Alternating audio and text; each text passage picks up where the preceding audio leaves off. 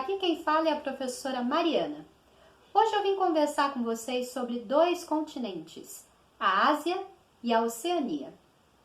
Sempre que eu lembro desses lugares tão distantes de nós, eu gosto de pensar na obra de uma artista japonesa chamada Shiharu Shota. Muitas das suas obras nos instigam a refletir sobre a memória e o papel dos objetos que nós usamos no dia a dia. Na obra Diálogo do DNA, uma das minhas favoritas, ela coletou os sapatos de pessoas de diversos lugares do mundo e pediu para que elas escrevessem sobre as memórias que estavam por trás de cada calçado.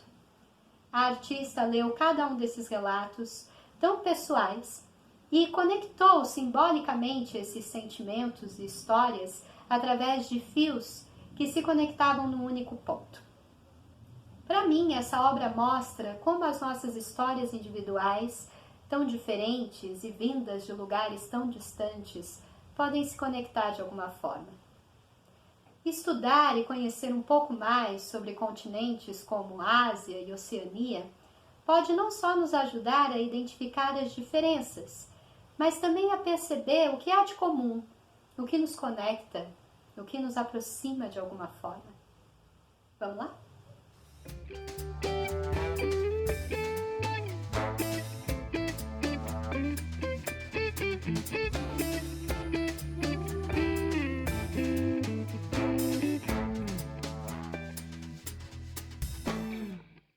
Uma das maneiras de obter informações sobre a Ásia e a Oceania é através da leitura de mapas temáticos.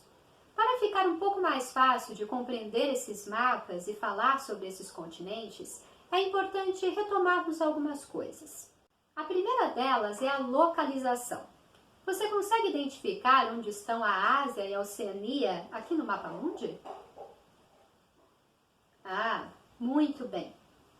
Perceba que esses dois continentes estão ao leste do meridiano de Greenwich, mas a maior parte da Ásia fica na porção norte, enquanto a Oceania fica na porção sul do globo.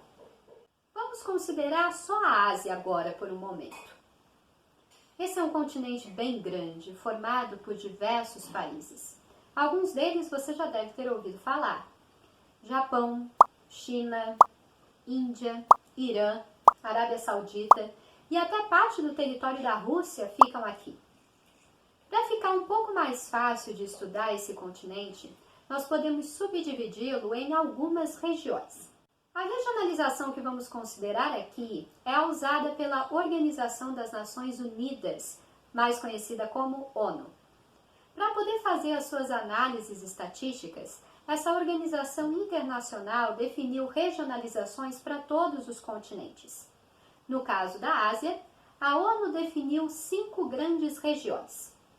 Você tem ideia de qual deve ser o nome de cada uma delas? Vou dar um tempo para você pensar.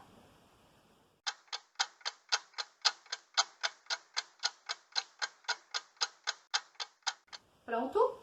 Bom, temos aqui Ásia Central, Ásia do Leste, ou Leste Asiático, Sudeste Asiático, Ásia do Sul e Ásia do Oeste, ou Oeste Asiático. Mas e essa porção mais ao norte? O que acontece? Bom, essa área faz parte de um país chamado Rússia, que tem boa parte da sua população em uma porção do país que está no continente europeu. Por esse e outros motivos, a ONU não considera esse território na regionalização do continente asiático. Para a organização, a Rússia faz parte do leste europeu. Mas é importante a gente saber que boa parte do território desse país fica aqui, no norte da Ásia, ok? Vamos ver agora então o continente oceânico. Como você pode ver, a Oceania é bem menor do que a Ásia e é formada principalmente por ilhas. Para esse continente, a ONU definiu 4 regiões. Vou dar um tempinho para você pensar em qual deve ser o nome de cada uma delas.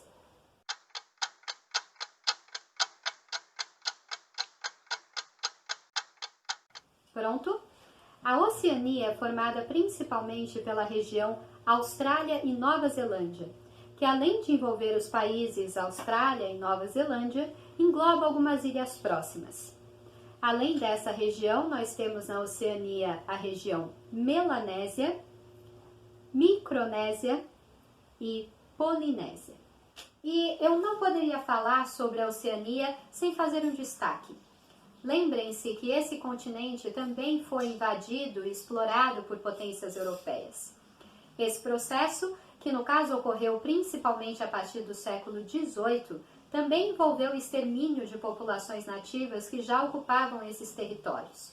Algumas dessas populações sobreviveram e você já deve ter ouvido falar em algumas delas, como os aborígenes da Austrália e os maoris da Nova Zelândia. É isso! Termino essa nossa conversa com uma pintura aborígene que utiliza técnicas tradicionais de populações nativas que vivem no interior da Austrália, uma região de deserto. Eu gosto muito dessas obras porque os aborígenes dessa região costumam representar o lugar onde vivem como sendo visto de cima. A pintura então funciona como um mapa. Esses círculos ao redor indicam lugares onde era possível encontrar água, algo muito importante de saber no meio de um deserto, não é? Os traços indicam caminhos possíveis a serem tomados para se chegar nesse grande círculo central que representa um lugar de encontro. Bonito, não? É isso. Espero que você tenha gostado. Para exercitar um pouco do que vimos aqui, vale a pena em casa pesquisar alguns mapas temáticos sobre esses continentes. Procure ler as informações considerando as regiões que vimos aqui. Bons estudos, boa aula e até uma próxima vez.